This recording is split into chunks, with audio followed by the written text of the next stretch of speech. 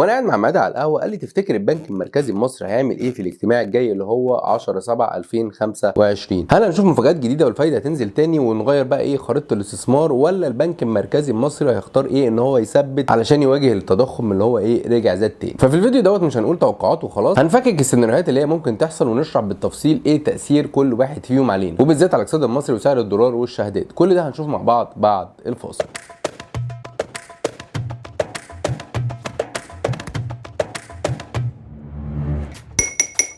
ازيكم عاملين ايه؟ يا رب تكونوا بخير. برحب بيكم في برنامجنا قهوه الاقتصاد وانا معاكم محمد عسان مقدم البرنامج. يلا بينا ايه، هات كوبايه النسكافيه بتاعتك ويلا بينا ايه نخش في الموضوع. عشان نفهم اهميه القرار الجاي دوت محتاجين نرجع بالزمن كده كام شهر لورا. اولا البنك المركزي في الاجتماعات اللي هي ابريل ومايو 2025 فاجئ الكل وبدا ان هو يخفض اسعار الفايده بشكل متتالي ونزلها بمجموع 3.25%.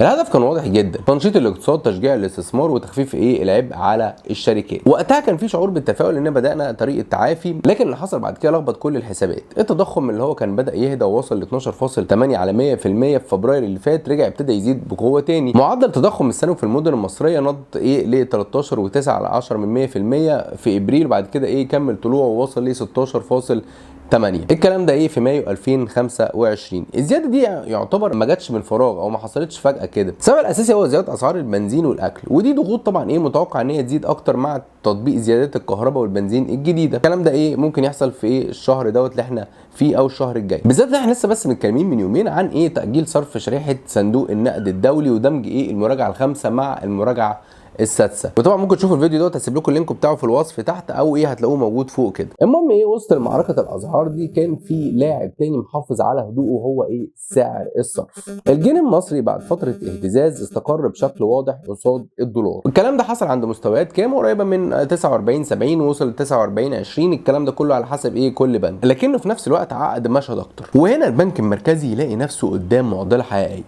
ممكن تكون الاصعب من اول السنه. هل بقى هو هيكمل في طريق خفض الفايده، ولا يخاطر ان هو يزود نار التضخم عشان خاطر ايه يدعم النمو؟ لانها معادله صعبه. هتضحي بمين؟ ولا هو هنا هيدوس فرامل ويرجع ايه يشدد سياسته النقديه تاني او يثبت سعر الفايده، وعشان دايما ياكد كلامه هدفه ان هو حربه ضد التضخم حتى لو ده هيتسبب في تباطؤ الاقتصاد؟ هو ده السؤال اللي هو بيخلي اجتماع 10 يوليو يعتبر ايه قرار مصيري. وهنا نوصل لصلب الموضوع.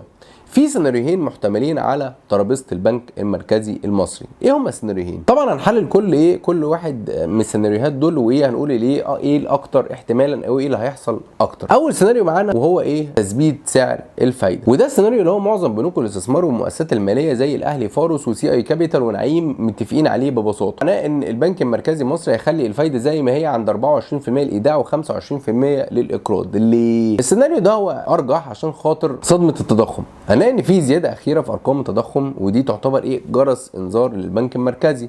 المركزي صعب يتجاهل الارتفاع دوت، خصوصا وفي زيادات كمان اسعار تانية خلال الفتره اللي جايه، وده مش سر، ده كان اعلنه دوله رئيس الوزراء قبل كده. الحاجه الثانيه البنك المركزي محتاج وقفه ان هو يقيم، وده حصل بعد ايه ان انت النهارده عملت تخفيضين كبار ورا بعض. صانع السياسه هنا محتاج ان هو ياخد نفسه شويه ويقيم اثر القرارات دي على ارض الواقع قبل ما ياخد اي خطوه جديده. وده طبعا شفناه خلي بالك قبل كده ايه مع بنوك مركزيه عالميه، او شفناه كمان في الفدرالي الامريكي لما هو الفدرالي الامريكي نزل الفايده اكتر من مره وبعد كده ثبتها. واديكوا شفتوا ترامب كل شويه يشتموا ويقول لك ده قراراته غبيه والكلام ده كله وده بيوقع الاقتصاد والكلام ده، واحنا جيروم باول ده هو اللي هيبوظ الدنيا. بس في الاخر جيروم باول مثبت الفايده. ثالث حاجه معانا دعم استقرار الجنيه. النهارده لما سعر الفايده يفضل عالي ده بيخلي الجنيه المصري مغري للمستثمرين الاجانب، وده بيدعم استقرار سعر الصرف وبيقلل خطر خروج الاموال الساخنه. ويمكن في عامل هنا مهم جدا جدا جدا وهو انا اتكلمت عليه لسه من يومين، ده عامل مهم جدا وده اللي خلاني عشان كده متمسك بالسيناريو دوت، وهو ايه قرار صندوق النقد الدولي بدمج المراجعه الخامسه مع المراجعه السادسه وتاجيل صرف شريحه مليار و300 مليون دولار للفتره اللي جايه تقريبا ايه يعتبر كمان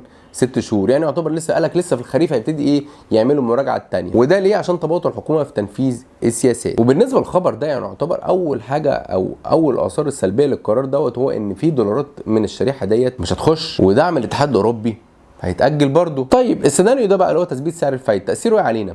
بالنسبة للجنيه والدولار متوقع ان احنا نشوف ايه يعني استمرار الاستقرار النسبي في سعر ايه الصرف. هنلاقي ايه سعر الصرف يعتبر ايه زي ما هو يفضل ثابت. تصريحات محافظ البنك المركزي المصري بتوضح ان الهدف هو اداره مرنه ايه للسوق من غير تقلبات عنيفه. يعني ايه؟ يعني ما تلاقيش مثلا الدولار طلع 70 جنيه و60 جنيه مره واحده، لا لا لا، هو دي ضد خالص توجهات البنك المركزي المصري. هنلاقي برضو بالنسبه لشهادات الادخار، وهنا البنوك غالبا هتكمل برضو في تقديم الشهادات بعوائد قريبه من اللي موجود او يعتبر هياها اللي موجوده، وده بيخليها لحد دلوقتي ان هي اختيار ممتاز ان انت تحمي فلوسك ايه من التضخم نوعا ما. السيناريو الثاني واللي هو ايه يعتبر اقل احتمالا وهو خفض اسعار الفايده. طب ليه؟ معظم المحللين بيستبعدوا ان هو ايه الاختيار دوت يبقى موجود، لكن في شويه مؤسسات دوليه زي كابيتال ايكونومكس شايفه ان ايه ان الباب لسه ما قفلش قدام خفض جديد، وممكن المركزي ان هو ايه يقرر ان هو يخفض سعر الفايده بنسبه بسيطه يعتبر ايه 1% او 100 نقطة أساس. طيب تفتكروا ليه ده ممكن يحصل؟ وهم من وجهة نظرهم شايفين الفايدة الحقيقية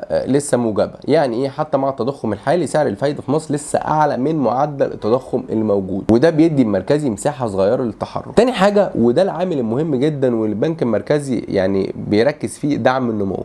ممكن البنك المركزي يشوف ان يعني عجله الانتاج محتاجه دعم والاستثمار اهم، وان هو مستعد ان هو يقبل بمخاطره تضخميه محسوبه في سبيل ان ايه ده يحصل. طيب تاثير السيناريو ده علينا ايه؟ اول حاجه النمو الاقتصادي هيزيد طبعا، بس الشهادات هنا هتقل. الملخص لزبائن القهوه كل مؤشرات بتقول ان القرار الاقرب هو تثبيت الفايده في اجتماع 10 يوليو، وده معناه ان احنا بندخل مرحله جديده عنوانها محاوله فرض الاستقرار في وش تضخم عنيف. الفترة الجاية الصراحة هتكون اختبار حقيقي لقدرة السياسة النقدية انها تعمل التوازن الصعب بين السيطرة على الاسعار وفي نفس الوقت ان هي ايه ما تخنقش النمو الاقتصادي. ودلوقتي عايز اسمع رأيكم، ايه توقعاتكم لقرار البنك المركزي المصري في الاجتماع الجاي؟ وهل انتم من فريق التثبيت ولا شايفين ان خفض الفايدة ضروري عشان يزق عجلة الاقتصاد؟ شاركونا بتحليلاتكم وتوقعاتكم في التعليقات، رايكم يهمنا طبعا ويخلي ايه النقاش احسن. ما تنساش تدعمنا بلايك وتشترك في القناه وتفعل طبعا جرس التنبيهات عشان ايه ما يفوتكش اي فيديوهات جايه بنحلل فيها اهم التطورات الاقتصاديه اللي تهم. اتشرفت طبعا متابعتكم ليا